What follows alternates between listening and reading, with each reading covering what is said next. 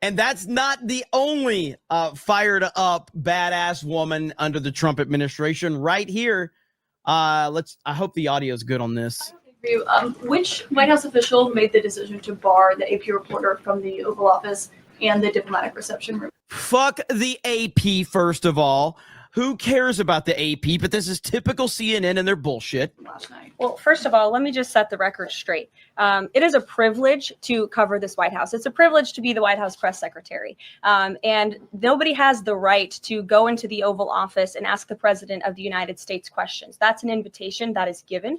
And there are hundreds of outlets on this campus. Many of you in this room who don't have the privilege of being part of that pool every single day and getting to ask the president questions. We reserve the right to decide who gets to go into the Oval Office. And you all have credentials to be here, including the Associated Press, who is in this briefing room today. But isn't it retaliatory in nature is the argument, because the reason that the AP was barred, which they said was because they're not using the phrase Gulf of America, they're using Gulf of Mexico in line with their standards.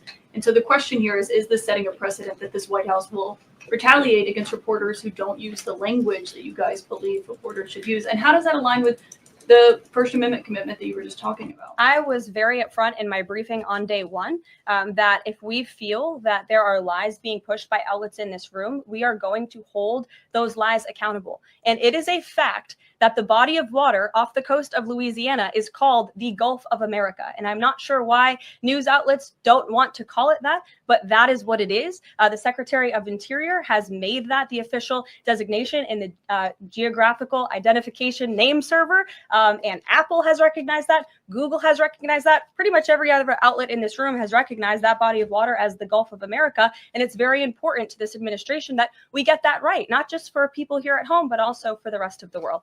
Let's go. I love this attitude, man. That attitude is glorious.